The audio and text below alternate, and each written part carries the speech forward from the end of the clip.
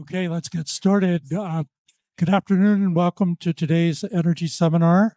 To introduce today's very prestigious and interesting speaker, I'd like to introduce him, Professor William Chu, who is the director of the Precourt Institute for Energy, professor of material science and engineering, energy science and engineering, and photon science, and a whole bunch of other things. So without further ado, Will, please introduce our speaker for today. Don't applaud me. John, thank you so much for that introduction.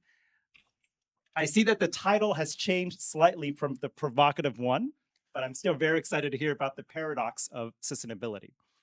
So everyone, good afternoon. Welcome to the Stanford Energy Seminar held by the Precourt Institute for Energy at the Doerr School of Sustainability. What I want to do today is to give you a sense of the man behind this talk. It's my great pleasure to introduce Gita, Wirjawan, who is visiting us from Indonesia. And at Stanford, we have this great pleasure of hosting scholars from around the world to enrich our own scholarship. And Gita is among our very best scholars who are visiting. He is currently focused on Asia's nation building, to think about the roles of economics, development, and this regional focus to Southeast Asia is critically important for sustainability. This is where climate change will have its strongest impact on food, water, land security. It's also where many of the solutions may be rooted: critical minerals, clean energy supply, blue food. So I hope you'll find the regional interest very close to heart. He is also bring attention to the importance of Indonesia as a country and the greater Southeast Asia region on the global energy transition and sustainability. Like I said, it's a very different place. It's very different than California. And I think it's very important for those of us in California to look at some of the very different situations that we must also address as we approach sustainability globally. Gita's leadership, in particular his thought leadership, comes from his intersecting experiences as a statesman, as a business leader, and of course now as a scholar. He was Indonesia's Minister of Trade from 2011 to 2014, reporting to the president. And in that capacity, he chaired a 159-nation WTO ministerial conference in 2012 that focused on easing global trade barrier, which is another very important topic on sustainability. Outside of his service as a public servant, he's also being heavily involved in corporate development, being an investment banker with Goldman Sachs, JP Morgan, where he led mergers, acquisitions, restructuring, and financing involving large corporations in Southeast Asia. Currently, he is the founding partner of ICAS Capital and chairman of Encora Group. And this is a large Indonesia group focused on real estate, natural resource technology. And this was founded by Gita in 2007. He received most of his training from the US, from Harvard's Kennedy School in public policy, Baylor University for his MBA, and University of Texas in Austin for his bachelor degree. On a lighter note, his impact also extends beyond statesmanship, business leadership, and scholarship. He applies his expertise in bringing people together to sports. And I was delighted to read that he led Indonesia's leadership in badminton, which then took Indonesia to receiving 1 gold medal in the 2016 Summer Olympic in Rio, and 3 gold medals in the World Championship for badminton. So without further ado, please join me in welcoming Gita to the stage.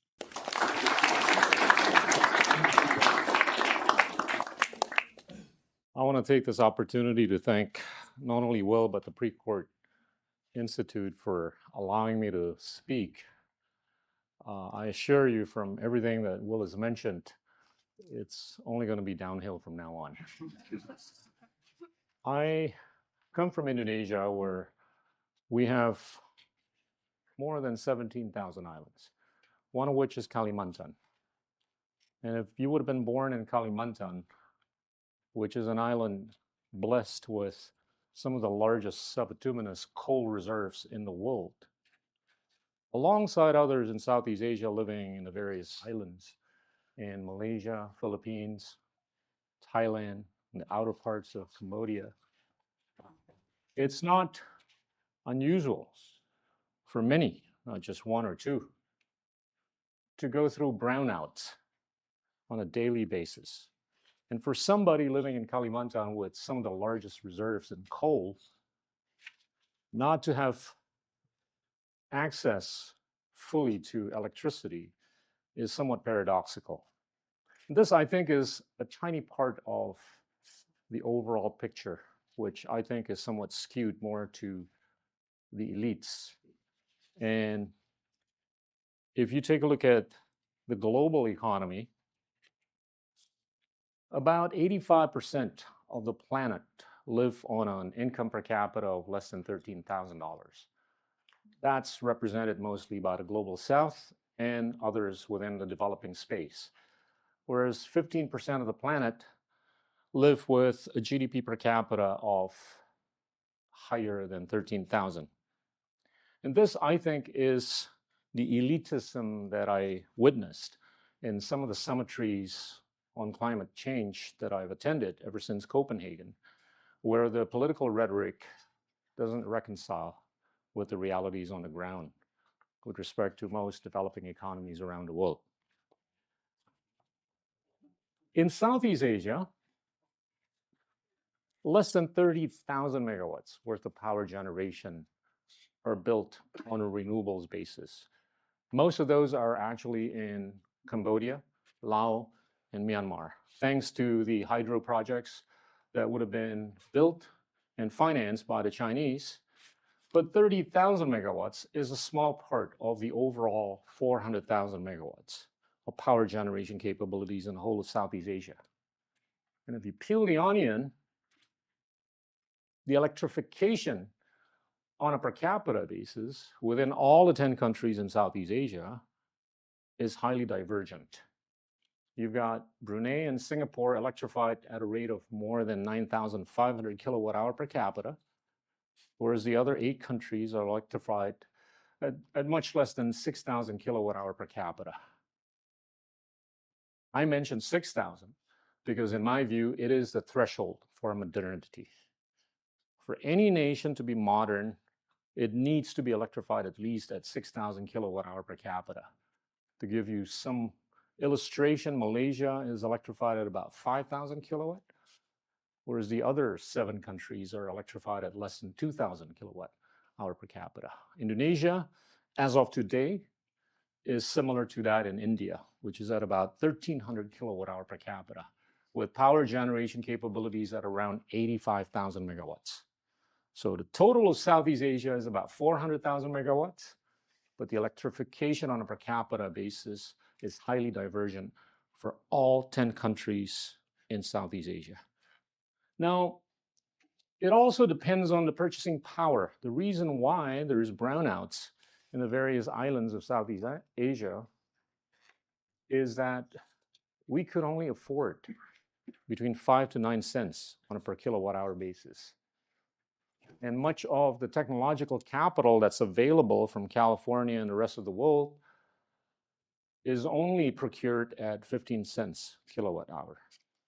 So I think the homework for humanity going forward is to try to reconcile between what's procured and what the purchasing power of the global south or the developing economies would rise up to from the 5 cents on a per kilowatt hour basis. I'd like to bet that it's faster for the technology to come down in terms of cost as opposed to the purchasing power, given the increasing political neurosis that we're witnessing in many parts of the world, particularly those within the developing space. Now, Southeast Asia, as a broad brush, is a region that, in my view, sits within the periphery of global consciousness. It's so large but nobody talks about it. It's 700 million people. It's $4 trillion economy on a collective basis after the United States at about 27 trillions, China at about 18 trillions, Japan at about 4.4 trillions, perhaps Germany or Southeast Asia, a tie at about $4 trillion. But nobody knows about it. And I think it's incumbent upon the Southeast Asians to tell the stories a little bit better,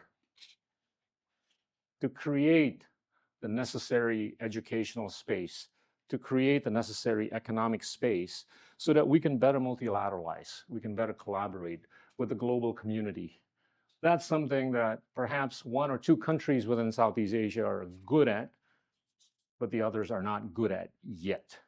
The long view, I think, is quite interesting for Southeast Asia, particularly right now from a geopolitical standpoint, at a time when decoupling is intensifying between China and the US. I think if you're a large superpower, you would want to have a friend that's large. Southeast Asia is not small from an economic standpoint, also from a population standpoint. Of the 10 countries, 4 are monarchies, of which one is an absolute monarchy. The 3 others are monarchies with constitutional democracies: Thailand, Cambodia, and Malaysia. Whereas Brunei is an absolute monarchy.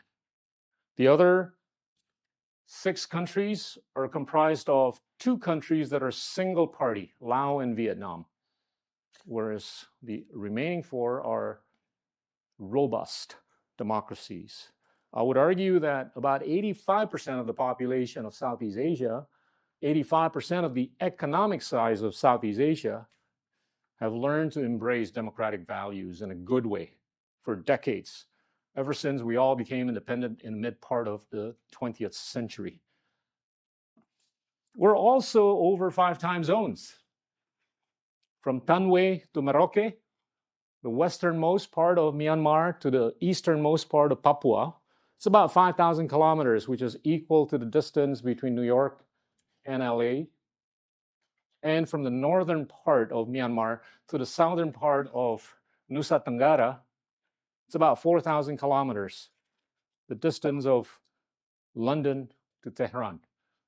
So just think about this. This is a region of scale that I think needs to tell the story a little bit better.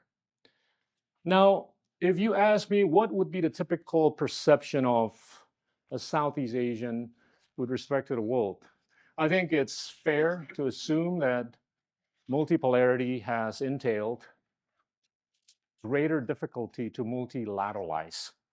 And this is on the back of increasing number of players, decreasing number of rules, increasing number of volatilities, but also the kind of revisionism that we're witnessing coming from not just the BRICS countries, but those that used to be really tiny that have become much larger, including Mexico, Turkey, Nigeria, and Indonesia. Revisionism is inevitable, and this has caused greater degree of difficulty for everybody, anybody, to try to multilateralize. As a result of which, I think the world is being pushed to a corner where we're somewhat inevitably forced to learn how to bilateralize better. At best, plurilateralize. If you charge your BYD in Beijing, they'll charge you 5 cents per kilowatt hour. If you charge your Tesla on Bryant Street, it'll cost you 48 to 58 cents per kilowatt hour. It tells me, at least, as a Southeast Asian, that the Chinese, as a developed economy, they know how to think like a developing economy.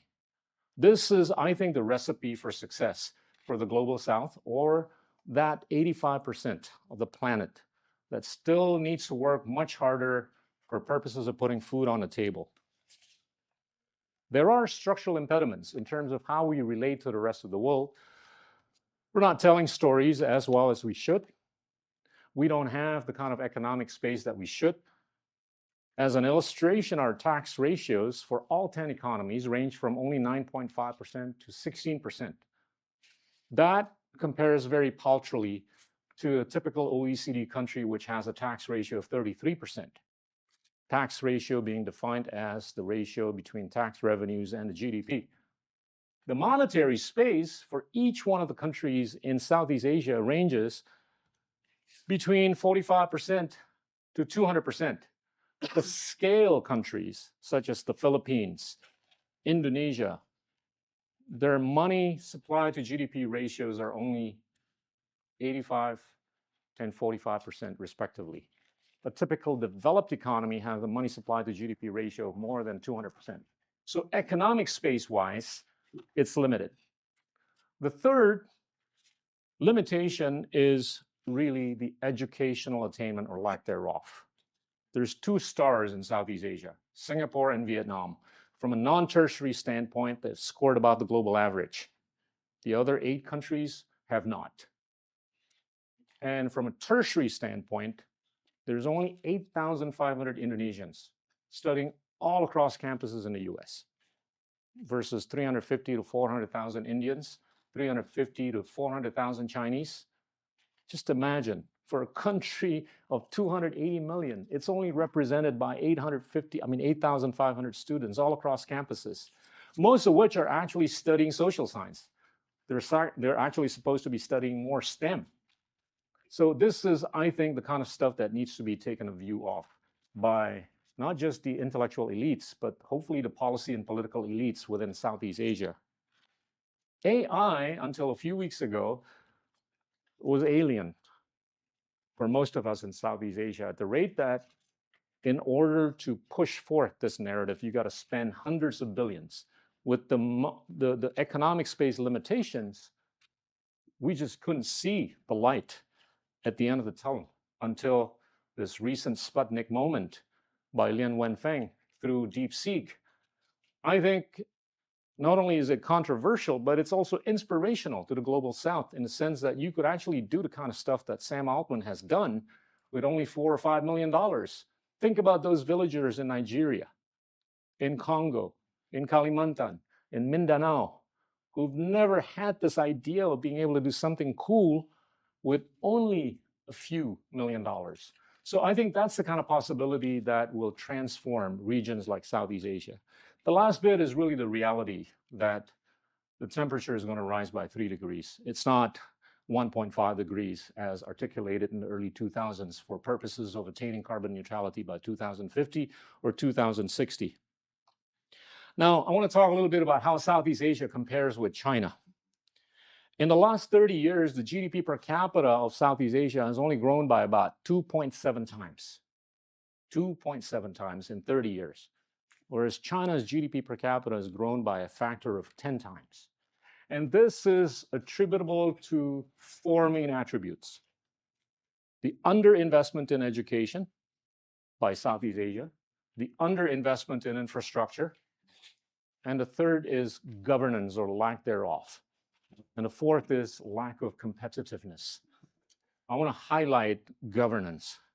Paradoxically, China as an autocracy has been able to democratize talent a little bit better than many democracies around the world. What I mean by that is the ability to select talent more based on meritocracy as opposed to patronage and or loyalty. Many democracies around the world are very good at selecting talent based on patronage and or loyalty as opposed to meritocracy. Surely we've seen some changes in recent times in China, but doggedly, China has, I think, embraced meritocracy for a long time since 1978. In terms of competitiveness or lack thereof, it's manifested empirically in our inability to issue business licenses. The average business license issued by the Southeast Asians is about 1 business license on a per 1,000 adult people basis. The Chinese, 9 to 10. The Singaporeans, 10. The Indonesians, Filipinos, 0.3. So on average, the Southeast Asians have been able to issue about 1 point something business licenses on a per 1,000 adult people basis. China, around 10. And I would argue that there's 3 reasons as to why we're slow in issuing licenses. Number 1, we don't have enough money. Why come up with a license when you don't have the money to attach to it? Number two, what I call the bureaucratic dead weight within the pre-existing bureaucracies. Number three, really the culture of not being too entrepreneurial like the Chinese have been, like perhaps the Singaporeans have been. So to the extent that some of these attributes can be remedied, I think we've got a chance. Education, I've talked. PISA, only 2 countries above the global average, Singapore and Vietnam. Let's not forget, Vietnam was still at war until 1975. Indonesia became independent in 1945. The others became independent around 1945. In terms of IQ, Singaporeans are about 105, 106. Indonesians are about 78.5.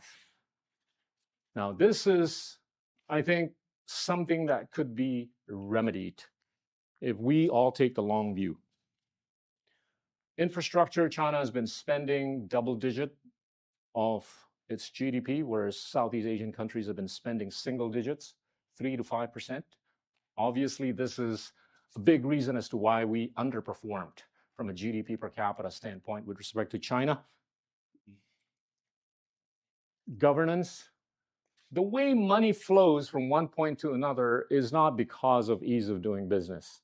It's not because of ideology. It's not because of geography. It's not because whether we have nickel, bauxite, copper, gold, or coal. It's simply because of rule of law. Singapore has proven to be the star within Southeast Asia by way of upholding what needs to be upheld. The enforceability of rules and regulations has caused Singapore to outperform all the other 9 economies. Just to give you an illustration, the FDI that comes to Southeast Asia on a yearly basis is about $200 billion, of which Singapore has been consistently getting about 100 to 140 billions. Indonesia, 25 to 31 billion.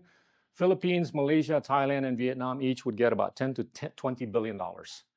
It's not because of lack of scale, lack of ideology, lack of geography, lack of natural resources, but it's because of the lack of rule of law. So I think I can safely say that the intellectual elites in Southeast Asia recognize this, that we've got to somewhat Singaporeanize ourselves a little bit better. And the Vietnamese, I think, have picked up on that to the extent that they've been able to attract not only technological capital, but massive economic capital recently. This is something that I've already talked about, very limited broad money, i.e. the ratio of money supply to GDP for all countries, with the exception of a few, i.e. Singapore. Very limited fiscal space, tax ratios of 9-point-something% to about 16%, very much lower than what the OECD countries have been able to generate in terms of tax revenues, and the marginal productivity. Singapore's marginal productivity is around $200,000. That's the capability of a typical Singaporean to produce goods and services on a yearly basis, whereas Indonesia is about 25,000. China is about 35,000, but China has scale. China has rare earth. China has massive energy transition capabilities. So this is the picture on FDI, just to give you a sense. On a per capita per year basis, most Southeast Asian countries can attract between $100 to $400 on a per capita per year basis in terms of FDI. The Singaporeans, $19,000 to $20,000. And I don't accept the argument that Singapore is a small country, because Laos is also a small country.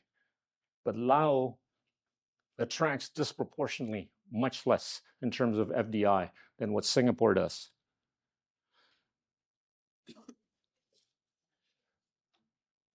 The Belt and Road was announced in 2013, about 12 years ago, for Southeast Asia, amounting to about $740 billion. After 12 years, the realization is about $78 billion. It speaks of the structural limitations for China to export capital, economic capital, not technological capital. And I think this dovetails back to what the leadership of China announced in 2013 in the context of the dual economic circulation philosophy, which would entail a higher domestication of economic activities, which consequently would result in less exportation of goods and services as a ratio to the GDP, which consequently has resulted in basically less ability to export economic capital. And Southeast Asia, I think, has been a witness to how far behind, China's goals have been in terms of realization in the context of the Belt and Road Initiative. I don't buy the mathematical, economic, geopolitical argument when it comes to the Belt and Road. People would utter stuff like dead trap diplomacy. I think it requires a much more cultural explanation as to why it hasn't worked. And this is explained by the fact that there's very few people from each other's place to study at each other's places, right? There's only 100,000 Chinese studying in all of Southeast Asia and less than 60,000 Southeast Asians studying in Chinese universities. So these are the numbers that I think need to be amped up so that there is a much richer explanation as to why the Belt and Road hasn't worked and how it needs to work for capital allocation purposes. One has talked a lot about reshoring, friendshoring, and offshoring, but you got to take a look at the destination. What is the ratio of manufacturing activities to the GDP? If you take a look at all these 10 countries, I think I would pick 3 countries: Malaysia, Thailand, and Vietnam. They've stabilized at a ratio of between 22 to 25%, whereas Indonesia and the Philippines, they've sort of like tapered and declined somewhat. Indonesia is at less than 20%. So if you're the leadership of a large multinational company that's interested or thinking of reshoring from other places to Southeast Asia, these are some of the metrics that you would have to basically take into account. But I do argue that Indonesia and the Philippines are scale countries, and the long view is not to be underestimated, especially if they've taken the right view in terms of putting more money on the table for educational attainment purposes. Okay, here's the energy part.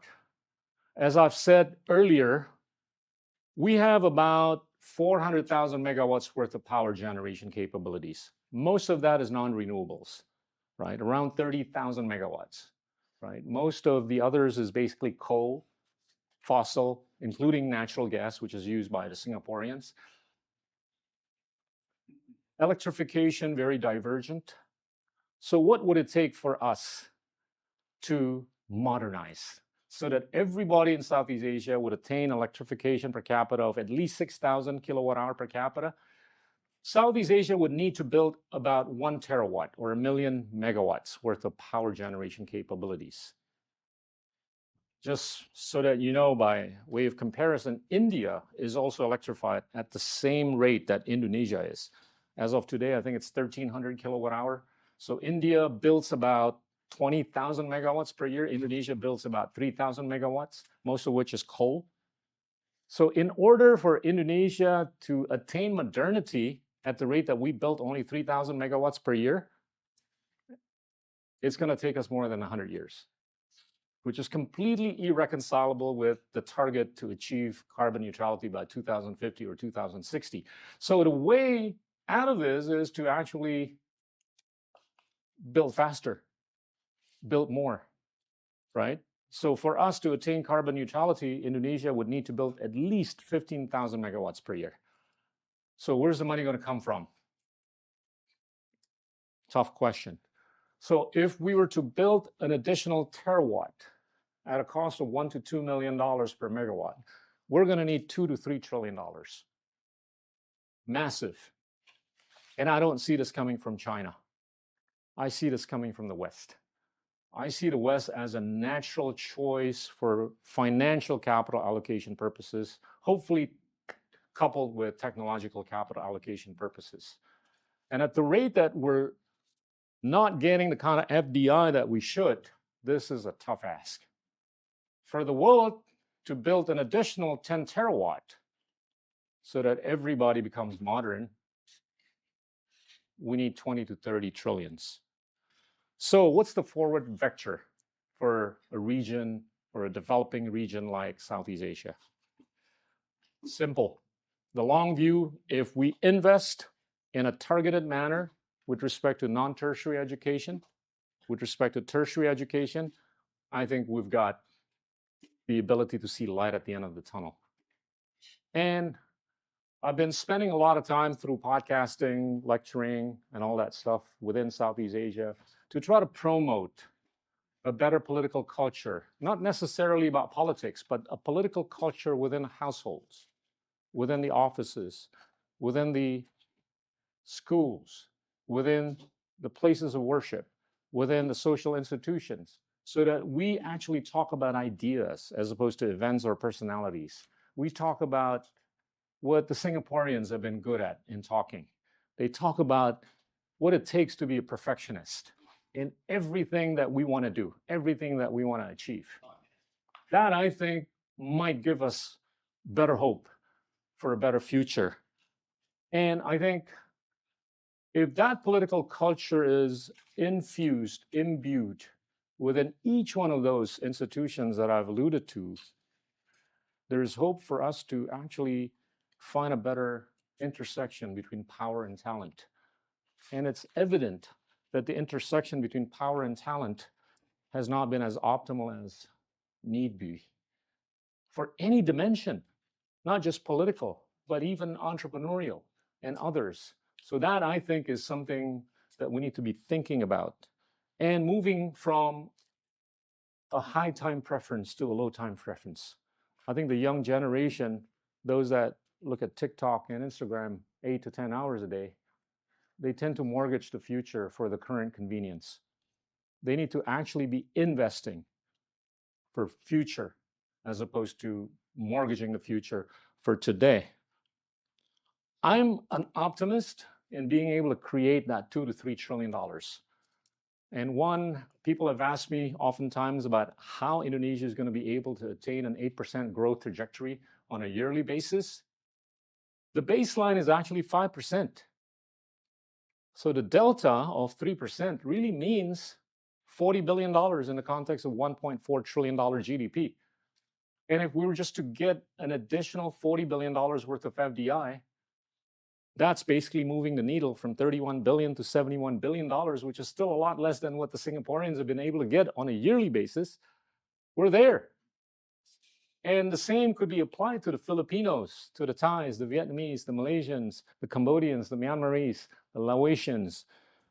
So at the end of all this, if we invest right in the educational attainment space, we create better storytellers, we create more economic space, I think there's better hope for multilateralizing, better hope for collaborating with the global community.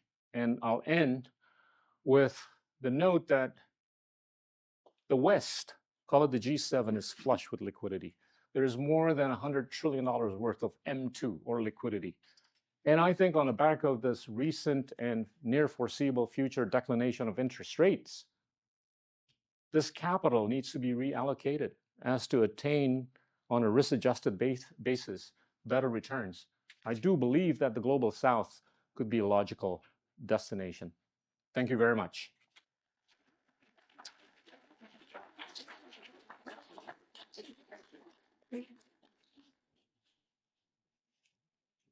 Questions, comments? I'm Shivani. I'm a MSMBA student. My question to you is, do you feel like that any country needs a threshold level of economic growth or like number of people or a GDP for it to actually hit the inflection point that China has been able to hit?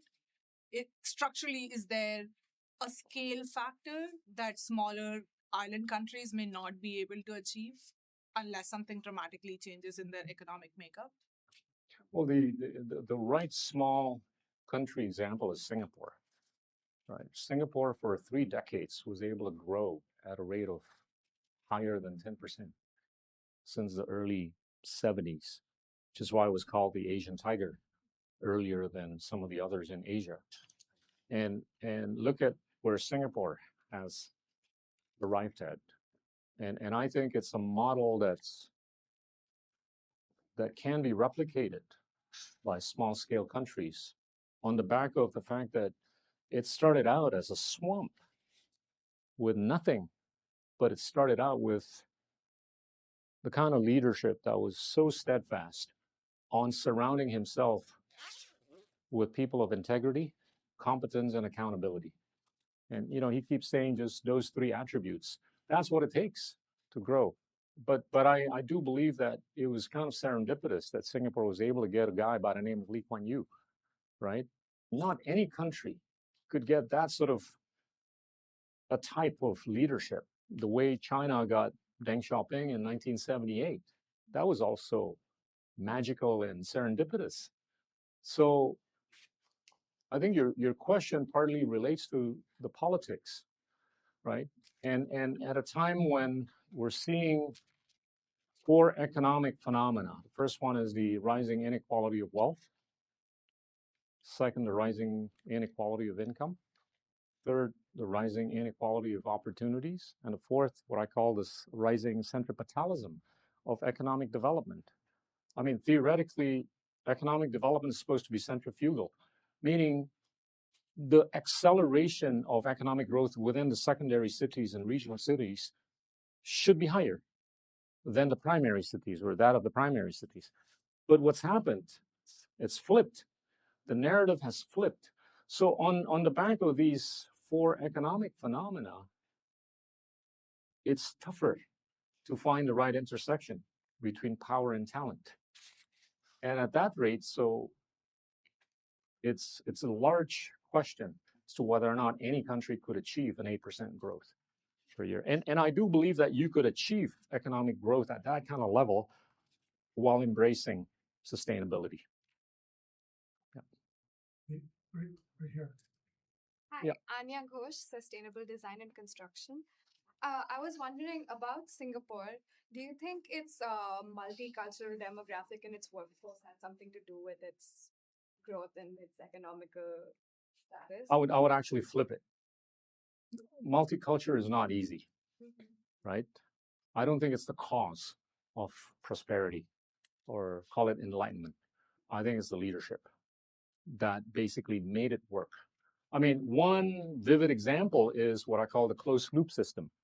Like if you live in an HDB, which is the low cost housing for the average citizens in Singapore, if you're of Indian descent, you want to sell your HDB, you got to sell to somebody of Indian descent. Similarly, if you're a Malay descent or Chinese descent, that was mathematical as to maintain the ratio. And it was kind of a forced system that not only do you live together with other cultures, but you eat at the same food court downstairs. You cannot go to the school beyond that zip code. You cannot go to the place of worship beyond that zip code. And that allowed people to actually embrace multiculturalism in a beautiful way, right? But that was because of that, I think, well-defined leadership. Yeah. Let's go over here and then back over. Yeah. Hi, I'm Jessica, research fellow at the Sustainable Finance Initiative. I'm really curious, given what you're talking about Indonesia's electrification needs, your opinions and thoughts on the opportunities and challenges presented by the Prabowo administration, especially given its very potent sort of like narrative on, like coal energy. So just love your opinion on that. He made a statement in Baku just a couple of months ago, or through his brother who attended on his behalf, that they want to get rid of the coal-fired power generation capabilities in the next 10 to 15 years. And I know of a number of situations in Indonesia that are decarbonizing from coal. So that's a good sign. But, if you ask anybody from the global south to decarbonize, they will. But show me the alternative that's affordable. That's the million-dollar question, right? But if the alternative that comes at a cost of 15 cents per kilowatt hour, it's not working, right? So I think you should ask, the global south members as to whether or not they can afford. I think all of them will say they can't afford anything beyond 5 cents. So that I think has to be well defined as part of the narrative for not just Indonesia, but all developing economies. Back over here. I then president of Indonesia visited last year here, and I saw him speak. He spoke, quite a bit about the new capital they're building. Are those the kind of projects that need to happen for sustainability, or is that part of the paradox working on the ground? Well, I smell a curveball here. But no, I think that's going to go on. But the new leadership, I think, is more fiscally sensitive to the extent that I think the allocation for the continuation of the project is going to be much more realistic. That's not to say that it's going to get discontinued. It'll move forward, but I think with a bit more incrementalism. Now, from a sustainability standpoint, I think there will be sustenance of that narrative, that they want to make sure that this symbolizes, embraces, all the key features of sustainability. Yeah. Let's go a little bit up. Let's go 1, 2, and then 3 across the aisle. Yes, ma'am. Hi, Pat Gita. Thank you for your talk. I'm Neva, undergrad in management science and engineering. And I hear your perspective on the long view for Indonesia, investing in education to hopefully amplify Indonesia's narrative. And I think it could definitely work. But I'm also wondering if we have enough time to take the long view, especially from a You do, I don't. Yeah, especially from a decarbonization standpoint. So I'm wondering if you have any other recommendations for strategies we can implement to attract more FDI. I do, with great degree of optimism. In my previous life, I was able to witness a sharp rise in FDI from around $8 billion to about $26 billion. That was an increase of 300 to 400%, right? I also see the money. The money's there, but it hasn't been deployed because we're not narrating the narrative as deftly as we should. And I do believe that countries of scale like Indonesia should be able to get at least $100 billion worth of FDI. The money's there. And getting $100 billion is no more than what Singapore has been able to get. They've been getting $100 to $140 billion, right? And Singapore is slightly smaller than we are, than the Philippines, than Thailand, than Vietnam. So I would encourage the Vietnamese, the Thais, the Malaysians, the Filipinos to, I think, better articulate their narratives and back it up with the kind of rule of law that needs to be there for purposes of certainty or clarity. And if we were to build for Indonesia 15,000 megawatts per year, that's only $30 billion. If we were to get $100 billion a year, we can allocate 30% of that for, building renewables. And if you apply that all across Southeast Asia, if we were to build an additional terawatt or 1 million megawatts, we should be able to, in the next 25 to 35 years, we should be able to get that $2 to $3 trillion in terms of FDI. $2 to $3 trillion is a small amount compared to the $100 trillion that's available. And let's not forget, 70 trillions of the 100 are managed by only 17 transnational investment firms, the biggest one of which is BlackRock, which manages about 11 trillions. So I think, there is a way, not easy, but there is a way to do it. Great. Throw up and then across the aisle and then back. Hi, Gita. This is Jack. I'm a local entrepreneur. So I think about if you and I are taking non-linear thinking perspective, I think what I heard you said about getting money from the West, I think because liquidity M2, that will give it. Let's think about linear. If you can imagine something actually happens, right? Suddenly, that Southeast Asia or Indonesia something happens to become in the limelight. Suddenly, a lot of money goes to it in the next 10 years. What would that be a non-linear fact to happen? What would cause the non-linearity, or what would happen? Something happens, something X happens. So suddenly this become on the stage. Suddenly, I think that would be a watershed moment for Southeast Asia. I know, but what would that be? I mean, if you were, what would cause it? yeah, exactly. If you would imagine, I know it's hard, but not linearly. Something just happens, bam. I burn the sins and I pray every day that someday we would get the kind of leadership that perhaps China or Singapore would have seen for a long time. The perfect, not only culmination, but intersection of power and team. That I think is within reach. I do believe. And in the theory of investing, it's not about absolutism. It's about directionality. I want to propose to you guys the proposition of directionality. The investing community, I think, as long as they're comfortable with the perception that tomorrow is going to be better than today, the day after is going to be better than tomorrow, next week is going to be better than the day after tomorrow, they'll put money. But to the extent it's not going to get better tomorrow, then it's a different story. Now across the aisle and back to the outside, sir. Yeah. Hi, Ben Levy. I'm Campus Energy Manager at UCSF. And a couple of things. One is electrification to you means something different than to me because I electrify buildings instead of like, I guess, overall energy. So that's a little different. But one thing I don't understand is like you're saying 5 cents is about a kilowatt is reasonable, a kilowatt hour. But isn't that already attained with solar and plus storage, the battery storage? Yeah, but with large subsidization by the governments. Well, not here. I mean, Oh, no, I'm talking about Southeast Asia. Well, why would it be? Why did they need subsidization and we don't here? I mean, where costs are even higher. Because you can afford much higher than 5 cents here. We can't afford any more than 5 cents in developing economies. Okay, so you have to have a lower wholesale price for. Absolutely. Absolutely. And what about decentralized? Is there any avenue to getting more decentralized and like solar rooftops or does everything have to be centralized in Asia?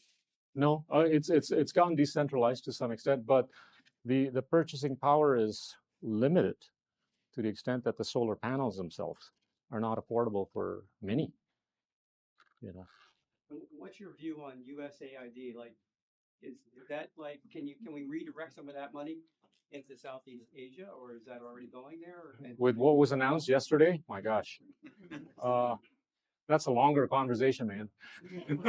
I think one last question over at the Yeah, I'm Matt, undergrad studying economics, also from Turkey, so share a lot of Southeast Asia struggles. And I was wondering about what you said about entrepreneurship and the lack thereof. And I was wondering, entrepreneurship in general and the venture space was like a lot of life was breathed into it in the beginning of 2000s with software and software as a service. And it worked very well in the US because you could sell that software to a lot of companies. But when you go to countries like Turkey, Southeast Asia, the whole stock market is worth less than Amazon in Turkey. So you can't really sell, you can't scale software. So you didn't really get a big venture ecosystem in Turkey because of that. But with AI, it's looking like it's going to be less demand-based and more, how can we revolutionize production? How can we build new vertically integrated companies around this? Do you think this new trend and I guess the dynamics of this new trend is going to help move FDI and capital into more developing economies? Well, I can speak for Southeast Asia. I can't speak for Turkey. We have gone through recently some sort of an episodic stress within the tech space. Right? A lot of money was plowed into Southeast Asia about 10 to 15 years ago on the back of this narrative that there's going to be massive top line generation. We call that revenue. For some reason, it wasn't happening as robustly, as fast as need be. So they re-narrated the narrative. They call it GMV, right? Gross merchandise value, just really not revenues, right? And they promised these VCs in Silicon Valley and all the rest that there was going to be massive EBITDA creation. Didn't happen. Much less the bottom line creation, which didn't happen. So this has allowed for sort of a stoppage or a fissure, right? As you would want the recycling of capital through the capital markets. It hasn't happened because the earlier articulated narrative hasn't happened to the scale extent that one would hope. So the recycling of capital has stopped, or at least slowed down in a big way. That's the first observation, right? When we talk about tech. The second is really our need to differentiate between what's defined as financial inclusion with respect to democratization of capital. What I mean by that is financial inclusion by the World Bank is defined as somebody who's 15-year-olds having a bank account at a bank. But what needs to be understood better is that the guy in the village has been able to open an account but has access to a credit limit of only $100, whereas the guy in the main city has access to a credit limit of $100 million. It's structural. The banking system is structured that way. The branch manager within the capital city has a much higher limit than the branch manager in the village. This has caused the lack of democratization of capital. So imagine if this guy in the village had a better idea than Jeff Bezos, but he only had access to capital amounting to only $100. He's not going to be able to actualize the idea the way you could in the US at the rate that you have so much long money that doesn't have to be recycled in a 7-year cycle. But if you're running a VC, you've got to recycle it, every 7 years, and you worry about the inability of the capital markets to allow for recycling of capital. So this, I think, is characteristic of Southeast Asia. And I would even argue that even the capital markets in Singapore last year was not as robust as perhaps Malaysia was. And this, I think, leads us to the divergent nature of how capital has difficulty in being recycled. So I think this is the kind of episodic stress that we have gone through recently, which we will have to experience for maybe another year or two. But after which, who knows, right? There could be a new narrative. There could be a new view taking about the region, which I think will create better opportunities. Great. With that, Gita, on behalf of all of us here, thank you very much for your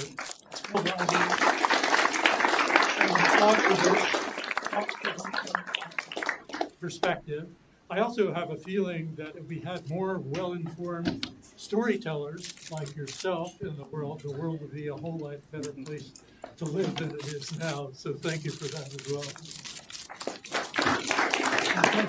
Thank you very much.